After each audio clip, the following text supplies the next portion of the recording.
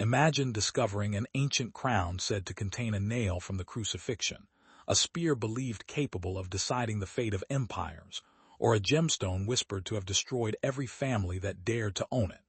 Would you lock such an object away forever, or would you risk everything just to possess it? Medieval Europe was filled with stories exactly like these. Kings crossed mountains to claim sacred relics. Noble families murdered rivals over mysterious jewels. Treasure hunters bankrupted themselves chasing artifacts that supposedly guaranteed power while secretly bringing ruin. At first glance, these tales sound like supernatural horror, but beneath every legendary curse lies something far more fascinating than magic. The greatest danger was rarely hidden inside the object itself. It lived inside the people who believed in it.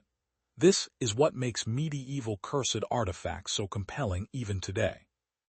They reveal less about ghosts or demons than about ambition, fear, greed, faith, and the extraordinary power of belief. During the Middle Ages, the boundary between religion, politics, and everyday life barely existed. A failed harvest could be interpreted as divine punishment. A comet crossing the sky might signal the fall of a kingdom. An unexpected illness could become evidence of witchcraft, curses, or heavenly judgment. In such a world, objects were never merely objects. A sword carried honor. A crown carried legitimacy. A relic carried divine authority.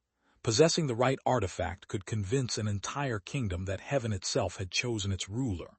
Losing it could shatter confidence just as quickly. That psychological influence often proved more powerful than any supernatural legend attached to the object. Historians frequently remind us that medieval people were not irrational.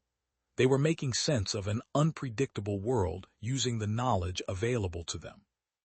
Disease arrived without warning, wars erupted unexpectedly, rulers died suddenly, and scientific explanations remained limited. Human beings naturally search for patterns during uncertainty. When several disasters followed the ownership of a famous relic, coincidence gradually transformed into certainty. Stories spread from monastery to marketplace until the artifact itself became synonymous with misfortune. Over time, the legend grew stronger than the facts. Perhaps the greatest irony is that these stories often became self-fulfilling. A king convinced that a sacred crown guaranteed victory might take reckless risks in battle.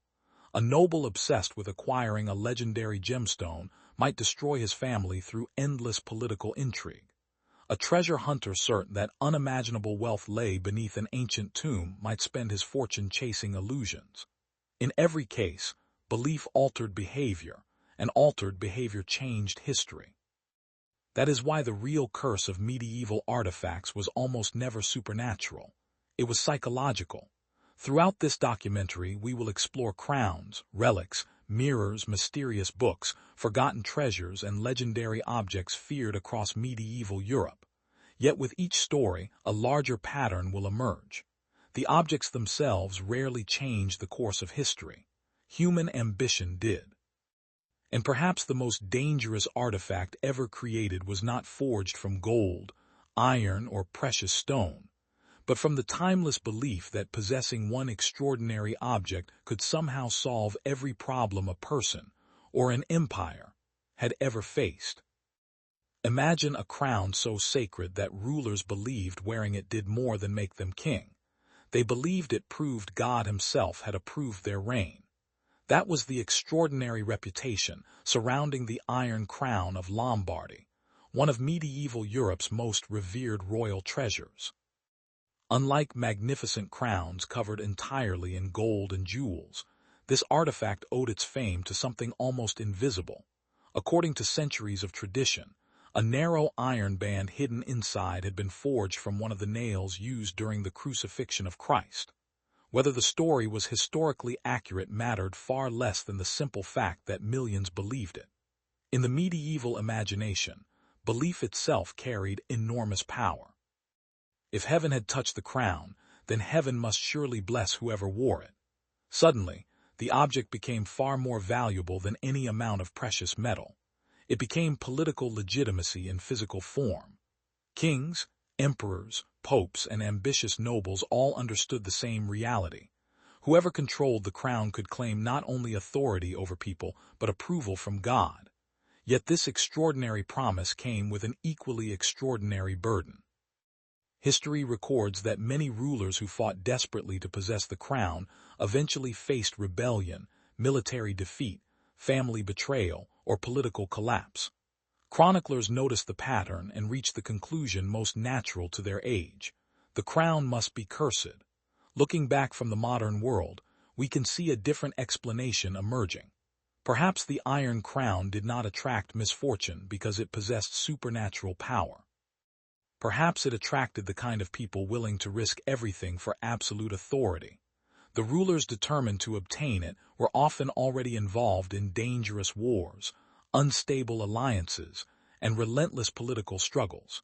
Winning the crown did not create those problems. It simply placed its owner at the very center of them. The artifact became a mirror reflecting the enormous pressures attached to medieval leadership. One fascinating aspect of these legends is how selectively people remembered history. Victories reinforced the crown's holiness, while defeats strengthened stories about its curse. Human beings have always searched for patterns, especially when confronting uncertainty. Once the idea of a cursed object enters public imagination, every coincidence begins looking like evidence. A successful reign becomes proof of divine favor. A failed reign becomes proof that the artifact carried hidden punishment. The object itself remains silent while people construct increasingly elaborate stories around it. This pattern extends far beyond medieval Europe. Throughout history, societies have repeatedly invested physical objects with symbolic meaning far exceeding their material value.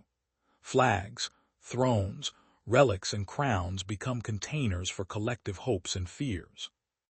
Destroying or possessing them feels like changing history itself, even when the deeper forces shaping events remain political, economic, and social. The Iron Crown demonstrates this phenomenon perfectly. Its greatest power was never the metal inside it but the belief surrounding it. That belief inspired loyalty, ambition, envy, and conflict on a continental scale. Perhaps that is the true lesson hidden beneath centuries of legend. Objects rarely transform history on their own. They become powerful because human beings agree they are powerful. And once enough people believe that an ordinary piece of iron represents the will of heaven, kingdoms can rise and fall simply because everyone acts as though the legend were true. In that sense, the Iron Crown did exactly what every great symbol has always done.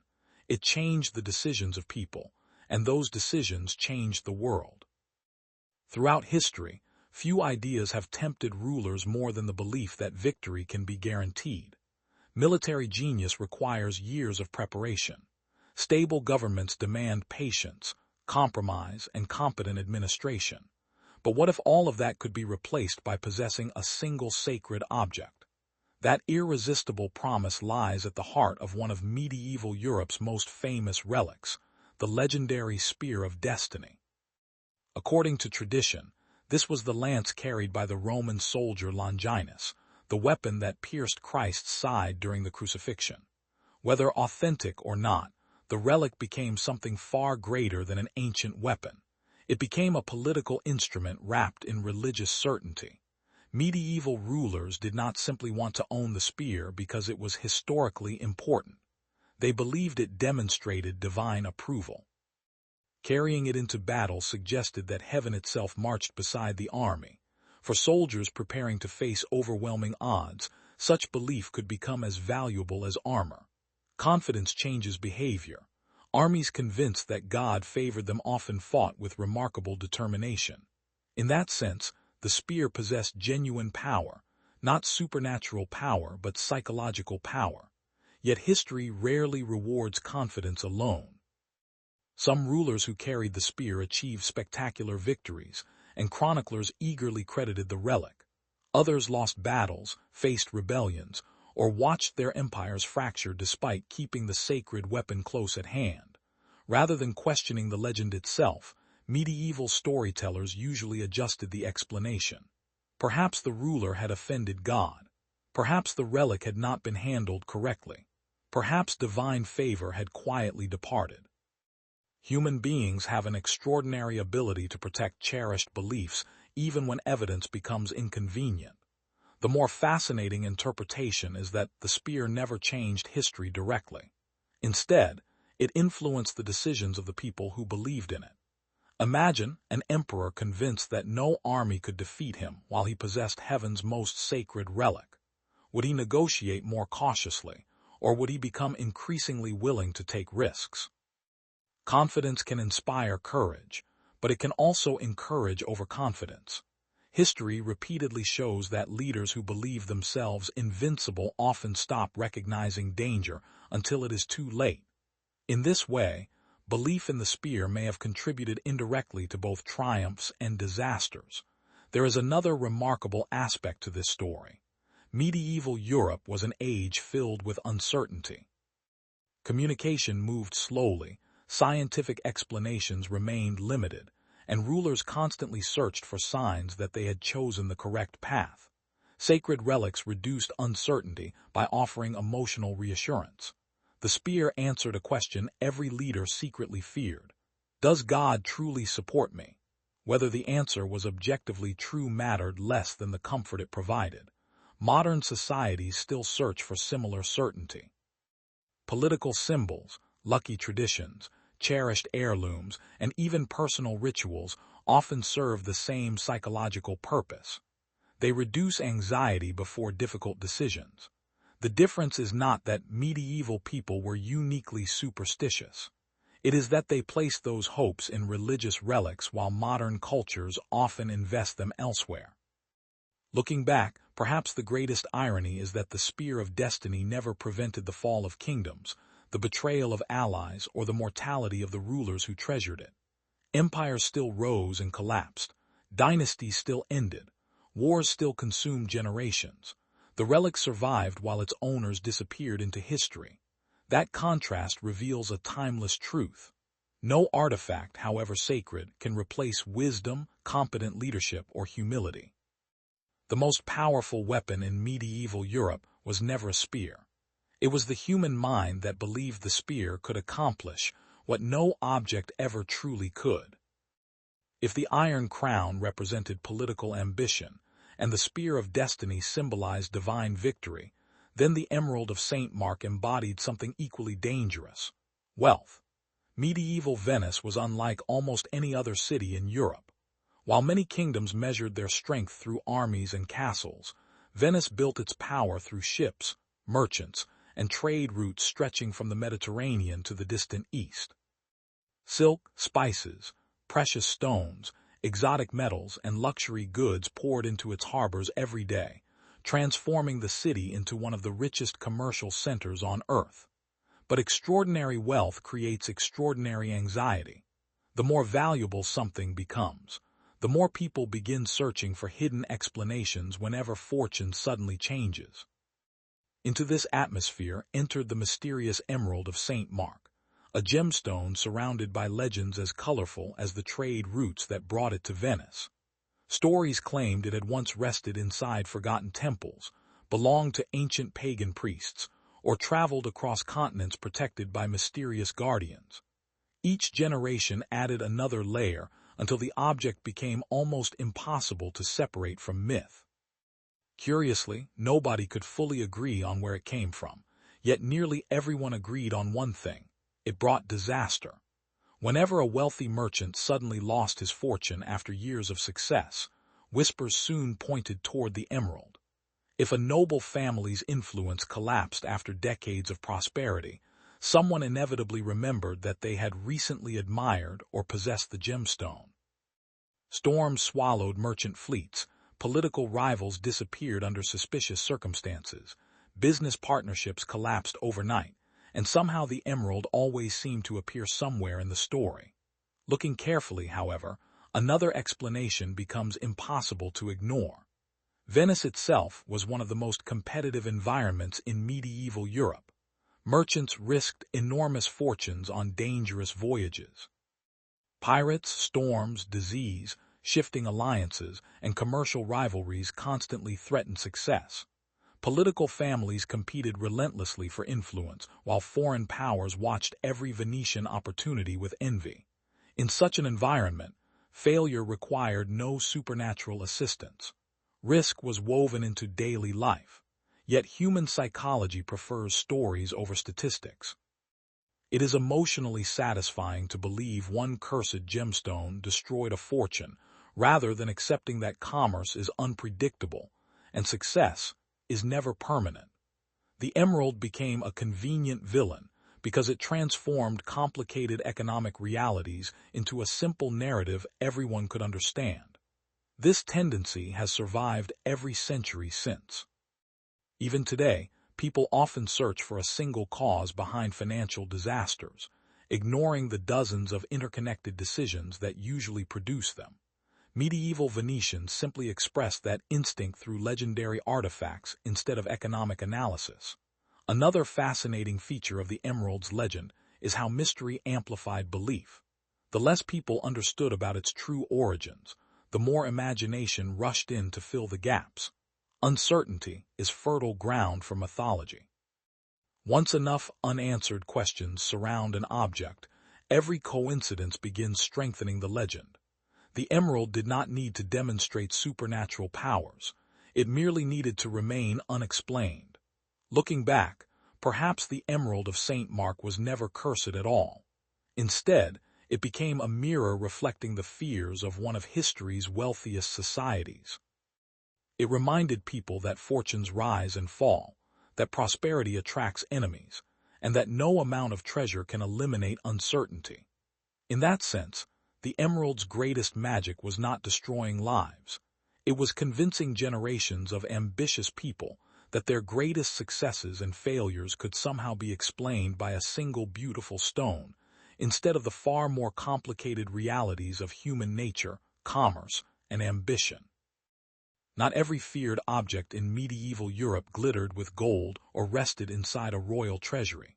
Some of the most terrifying artifacts could fit quietly onto a wooden shelf. Today, we think of books as ordinary possessions. They fill libraries, classrooms, coffee tables, and digital screens so abundantly that we often forget how extraordinary they once were. In the Middle Ages, however, a single handwritten manuscript could require months or even years of painstaking labor. Every page was copied by hand, every illustration painted individually, and every completed volume represented a tremendous investment of time, skill, and money. To own a book was to possess something far more valuable than paper and ink. It meant possessing knowledge unavailable to almost everyone else. That exclusivity made certain manuscripts both admired and feared. Across medieval Europe, stories spread about mysterious books filled with cryptic symbols, forgotten languages, strange diagrams, and hidden formulas capable of revealing secrets beyond ordinary human understanding. Some claimed these texts contained instructions for summoning spirits. Others insisted they revealed the future or unlocked forbidden wisdom inherited from vanished civilizations. Whether any such books truly existed mattered surprisingly little. Once the idea entered public imagination, every unusual manuscript became a potential doorway to the supernatural. What makes these legends fascinating is that they reveal a society experiencing an unusual relationship with knowledge itself. Unlike today, literacy remained limited. Most people encountered written words only through religious services or official documents. A scholar opening an unfamiliar manuscript often appeared almost magical to those who could not read. The ability to transform mysterious symbols into meaningful ideas looked astonishingly close to sorcery.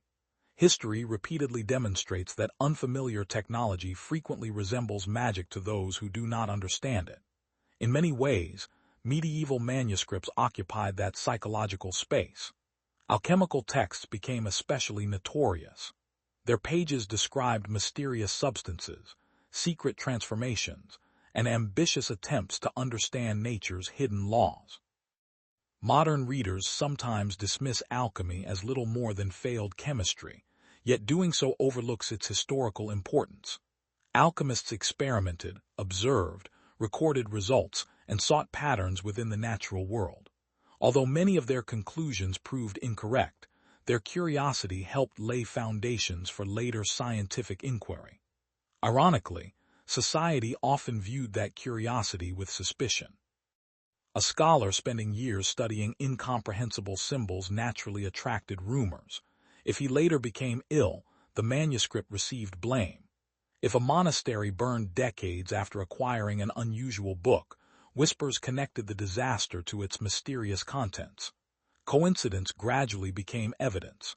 The less people understood the manuscript, the stronger its reputation grew. This process reveals an enduring feature of human psychology. We often fear knowledge that challenges familiar assumptions. Every revolutionary idea initially appears dangerous because it threatens certainty. Medieval manuscripts became cursed, not because demons lived within their pages, but because they contained possibilities capable of reshaping how people understood the world. Throughout history, powerful ideas have frequently been treated as dangerous before eventually becoming accepted. Looking back, perhaps the greatest irony is that these legendary books truly did possess remarkable power, but not supernatural power. Books change civilizations. They preserve discoveries, spread philosophies, challenge authorities, inspire revolutions, and transform ordinary minds across generations. Compared with those very real achievements, summoning demons seems almost unimaginative. The true curse of forbidden manuscripts was never hidden in enchanted ink or mysterious symbols. It was the unsettling realization that once knowledge enters the human mind, the world can never quite look the same again. That possibility has frightened people throughout history, and perhaps it always will. History has a curious way of repeating one lesson over and over again. The most dangerous treasure is often the one that nobody can prove exists. Medieval Europe was filled with rumors of hidden vaults buried beneath ruined castles, forgotten monasteries, and ancient royal tombs. Some legends spoke of golden crowns stacked beside jeweled swords. Others described enormous silver chalices, sacred relics, or gemstones large enough to ransom kingdoms. But nearly every one of these stories ended with the same warning. The treasure was cursed. To modern ears, this sounds like an effective security system invented before alarm technology. Yet the persistence of these legends reveals something far deeper about human nature. Throughout history, people have been irresistibly drawn toward the possibility that one extraordinary discovery could transform their entire lives overnight. Medieval treasure hunters were no different. One of the most enduring legends concerned the burial chamber of a forgotten king, supposedly interred with unimaginable wealth to accompany him into the afterlife. According to countless versions of the tale, priests had blessed the tomb, sacred oaths had been sworn to protect it, and terrible punishment awaited anyone reckless enough to disturb the king's eternal rest. Predictably, these warnings had the opposite effect. Instead of discouraging treasure hunters, they made the story irresistible. Nothing attracts curiosity faster than being told something must never be touched. Generation after generation financed expeditions into forests, mountains, and abandoned ruins searching for entrances that may never have existed. Noblemen spent fortunes hearing guides and purchasing ancient maps. Mercenaries risked their lives exploring unstable tunnels beneath forgotten fortresses. Ordinary villagers abandoned farms after hearing rumors that unimaginable riches lay only a few days' journey away. Most returned empty-handed. Some never returned at all. Each failure strengthened the legend. If a search party disappeared during winter, the curse received credit rather than the freezing weather. If an excavation collapsed, supernatural forces became a more satisfying explanation than unstable medieval engineering. If investors lost their fortunes funding hopeless expeditions, storytellers blamed the angry spirit of the buried king instead of unrealistic expectations. In every case, coincidence slowly transformed into certainty. Looking closely, however, the greatest danger was never hidden inside the tomb. It was hidden inside hope itself. Hope is one of humanity's greatest strengths, but when attached to impossible promises, it can become remarkably destructive. Treasure legends encouraged otherwise intelligent people to believe that one miraculous discovery could erase years of hardship, debt, political failure, or personal disappointment. That temptation has never disappeared. Every generation invents its own version of the buried treasure, whether through speculative investments, mythical fortunes, or promises of effortless success. The psychology remains astonishingly familiar. Another fascinating feature of these legends is how effectively they protected places that few people truly understood. Remote tombs, ancient ruins, and sacred burial sites became surrounded by terrifying stories that discouraged casual visitors. In some cases, the curse itself may have served as the best preservation strategy imaginable. No guards were necessary if fear accomplished the same task. By convincing people that disturbing the dead invited catastrophe, communities unknowingly preserved important historical sites for centuries. Perhaps that is the most ironic twist of all. The legendary curse did exactly what it was supposed to do, not through magic, but through belief. Looking back today, the dead king's treasure teaches a lesson extending far beyond archaeology. The real curse was never buried beneath stone or sealed inside ancient chambers. It was the timeless conviction that somewhere, just beyond the next hill or beneath the next ruin, existed a shortcut capable of solving every problem. History quietly reminds us that civilizations are rarely built by those chasing mythical fortunes. They are built by those willing to create lasting value instead of searching endlessly for miraculous discoveries. Few organizations in medieval history have inspired more legends than the Knights Templar. Their name immediately evokes hidden treasure, sacred relics, secret rituals, and conspiracies stretching across centuries. Popular culture often portrays them as guardians of mysterious artifacts possessing unimaginable power, but the historical reality is perhaps even more fascinating. The Templars began with a surprisingly practical mission, protecting Christian pilgrims traveling through dangerous roads in the Holy Land.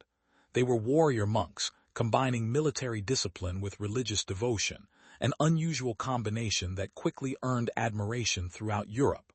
Over time, however, their success became almost too great. Kings trusted them with money, nobles donated land, merchants relied on their financial network.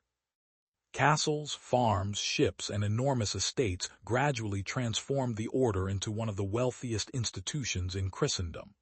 Ironically, that success created the conditions for its downfall. Throughout history, immense wealth rarely remains invisible for long. It attracts admiration, envy, suspicion, and eventually powerful enemies. The greatest of those enemies arrived in the form of King Philip IV of France, a ruler facing enormous financial difficulties while owing significant debts to the Templars themselves. From a modern perspective, the political situation appears remarkably straightforward. A deeply indebted king confronted an extraordinarily wealthy organization operating within his kingdom. Yet medieval audiences often preferred explanations involving hidden relics, secret rituals, and divine punishment. When Philip ordered the arrest of Templars across France in 1307, accusations quickly expanded beyond politics. Stories emerged claiming the order possessed mysterious artifacts capable of protecting kingdoms or bringing catastrophe upon anyone attempting to steal them. Once the Templars disappeared, another mystery captured the imagination of Europe. Where had their greatest treasures gone? Some property was confiscated, certainly, but rumors insisted the most valuable relics had vanished before royal soldiers arrived. That unanswered question ignited centuries of speculation. Hidden vaults beneath castles, secret tunnels leading to forgotten chapels, treasure ships disappearing into the Atlantic, mysterious relics concealed inside remote monasteries. The possibilities multiplied with every generation. What makes these stories particularly revealing is that almost every unsuccessful search strengthened belief rather than weakening it. If explorers failed to locate the treasure, the curse had protected it. If treasure hunters died during dangerous expeditions, supernatural forces received credit instead of poor planning. The legend became almost impossible to disprove because every outcome reinforced its central claim. Historians recognize this pattern as remarkably common. Once people become emotionally invested in a powerful narrative, contradictory evidence often strengthens belief rather than dismantling it.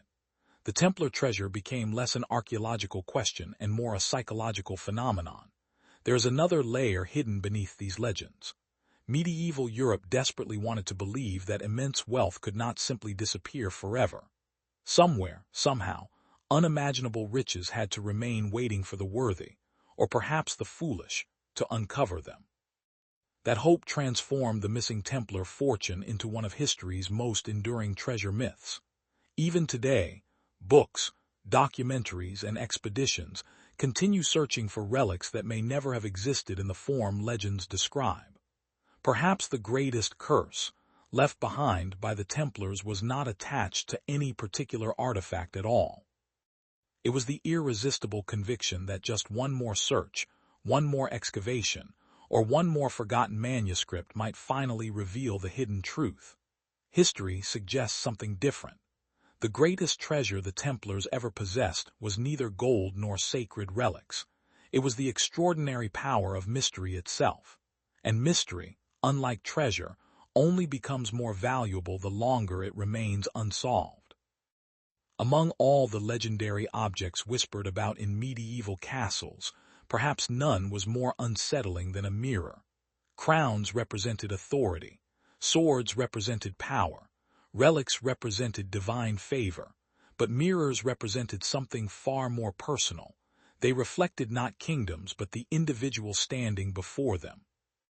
In an age when polished mirrors were expensive luxury items owned primarily by royalty and the wealthy nobility, it was not difficult for imagination to transform an ordinary object into something extraordinary. The legendary Mirror of Melisande became one of the most fascinating examples. According to later stories, the mirror once belonged to Queen Melisande of Jerusalem, one of the most influential rulers of the Crusader states. Whether the connection was historically accurate mattered little. The legend itself gradually became more powerful than its origins. People claimed the mirror revealed hidden betrayals, exposed future tragedies, or showed reflections that should not have existed. Some swore they glimpsed dead relatives standing behind them. Others believed they saw enemies waiting in the shadows. A few insisted they witnessed events that had not yet occurred. To modern audiences, such accounts immediately suggest illusion, stress, expectation, or simple coincidence. Medieval observers interpreted them very differently. Once the mirror earned a reputation for revealing uncomfortable truths, every unusual reflection strengthened its legend. This phenomenon reveals one of the most fascinating characteristics of the human mind. People rarely see the world exactly as it is. We often see what we expect to see. A ruler already suspicious of betrayal might study the mirror for hours, until every flickering candle became evidence of conspiracy. A grieving widow longing to see a lost loved one could easily interpret an imperfect reflection as something miraculous. A noble convinced his rivals plotted against him required very little encouragement before ordinary shadows became dangerous secrets. In this sense, the mirror's greatest power was not changing reality, but changing perception. History repeatedly demonstrates that perception often shapes events more profoundly than facts themselves. Consider medieval courts, where political alliances constantly shifted, rumors spread faster than official announcements, and trust could disappear overnight. In such environments, uncertainty itself became dangerous. If an influential noble believed a trusted advisor planned betrayal, he might remove that advisor before any conspiracy actually existed. Ironically, such actions could create genuine enemies where none had previously been found. Fear produces consequences even when its original cause proves imaginary.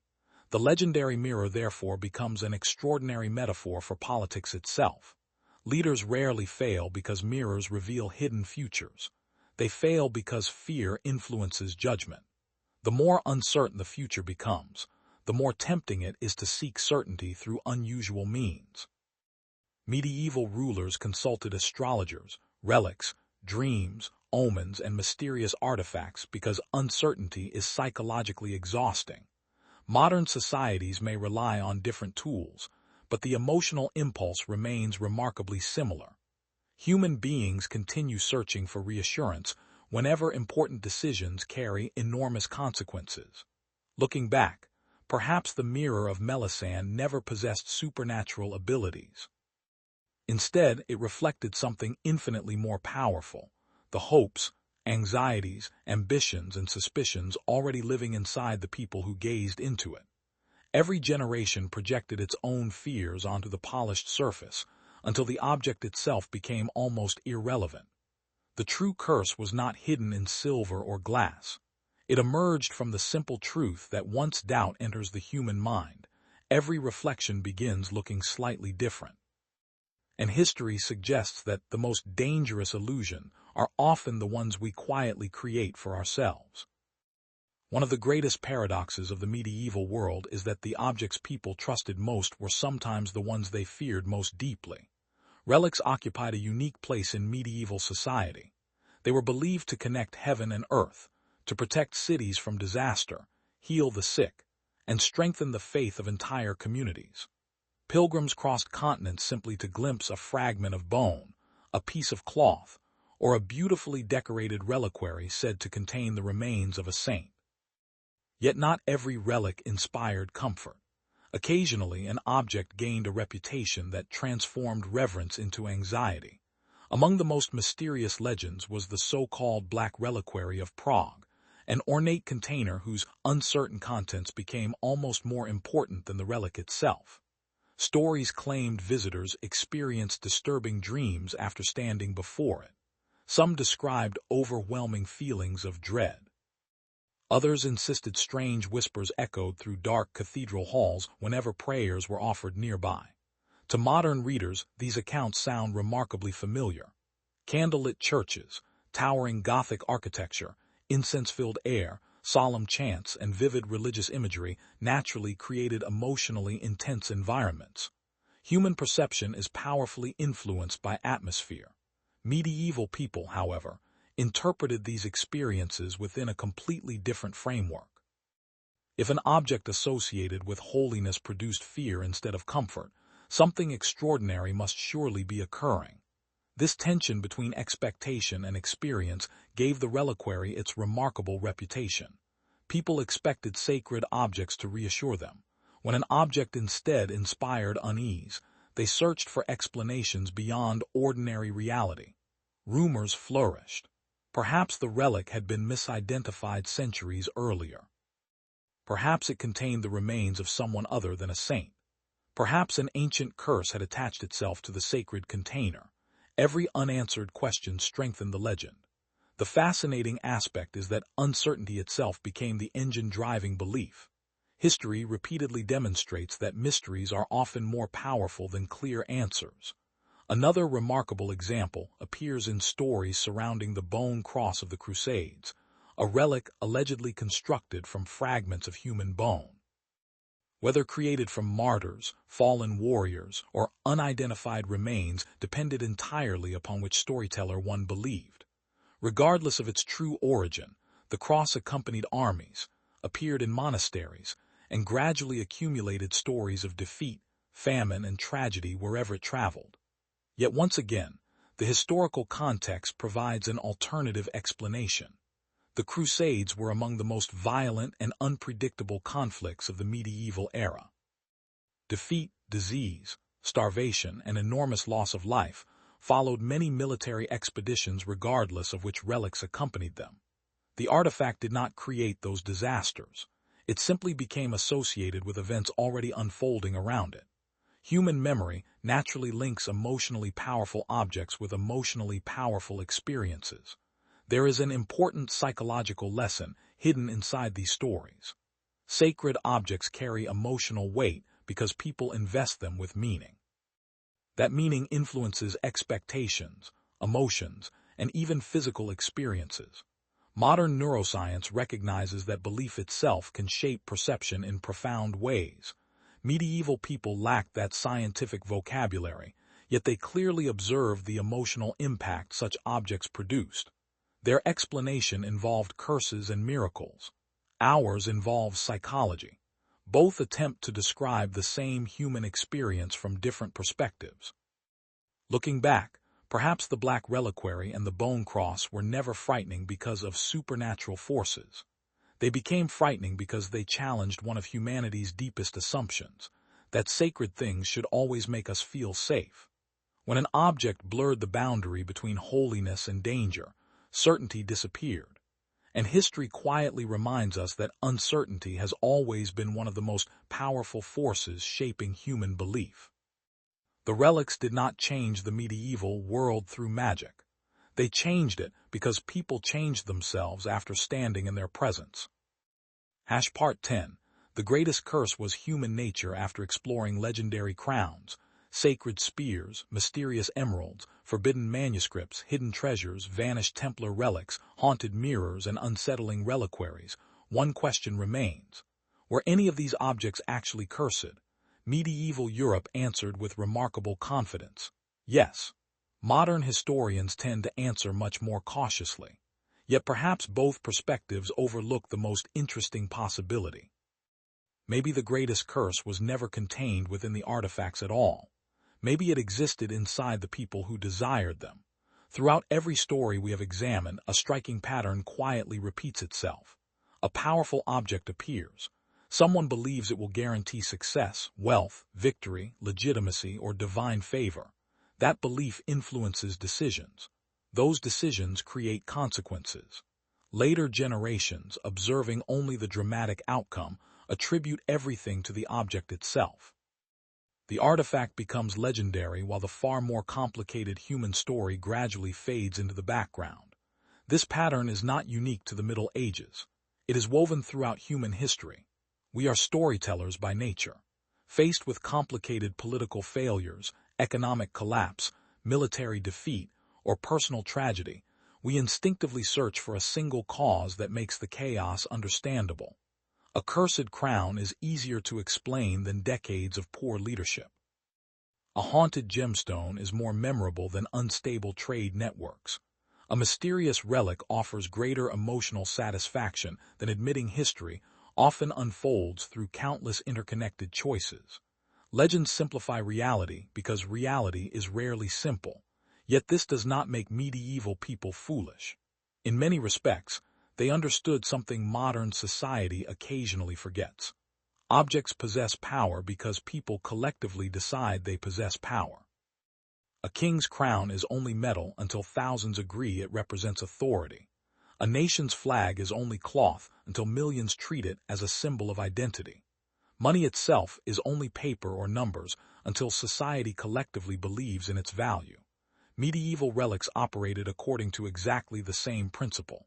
Their influence came not from supernatural energy, but from shared belief. And shared belief has changed civilizations more often than any enchanted artifact ever could. There is another lesson hidden beneath centuries of curse legends. Nearly every object we encountered attracted ambitious individuals convinced they deserved more power, more wealth, more certainty, more control over an unpredictable future. That desire repeatedly pushed people toward reckless choices. Kings launched unnecessary wars to obtain sacred crowns. Treasure hunters sacrificed fortunes chasing imaginary riches. Nobles destroyed alliances over priceless relics. Scholars risked reputations pursuing forbidden knowledge. The artifacts did not create greed. They simply exposed it. In that sense, every cursed object functioned like a mirror reflecting the character of the person reaching toward it. Perhaps that explains why these stories continue captivating audiences hundreds of years later. They are not really about medieval Europe. They are about us. Every generation invents its own legendary objects promising effortless success. Every generation believes one discovery, one investment, one possession, or one breakthrough will finally eliminate uncertainty forever. History gently reminds us that certainty has always been humanity's most expensive illusion. The medieval world surrounded that illusion with crowns, relics, mirrors, and treasures. Modern society surrounds it with different symbols, but the emotional impulse remains remarkably unchanged. So if there truly was one cursed artifact connecting all these legends, it was not forged from iron, carved from stone, or hidden inside forgotten tombs. It was the timeless human belief that extraordinary objects can solve ordinary human problems. The artifacts survived because people kept believing. The legends survived because human nature rarely changes. And perhaps that is the greatest mystery of all, that the oldest curses are not supernatural at all. They are simply the stories we continue telling ourselves, century after century, whenever hope becomes stronger than reason. The legendary cursed artifacts of medieval Europe reveal far more about human psychology than about supernatural forces. Crowns, relics, gemstones, mirrors, and forgotten treasures became cursed because people projected their fears, ambitions, greed, and hopes onto them. History reminds us that the greatest dangers rarely come from the objects we possess, but from the beliefs we attach to them.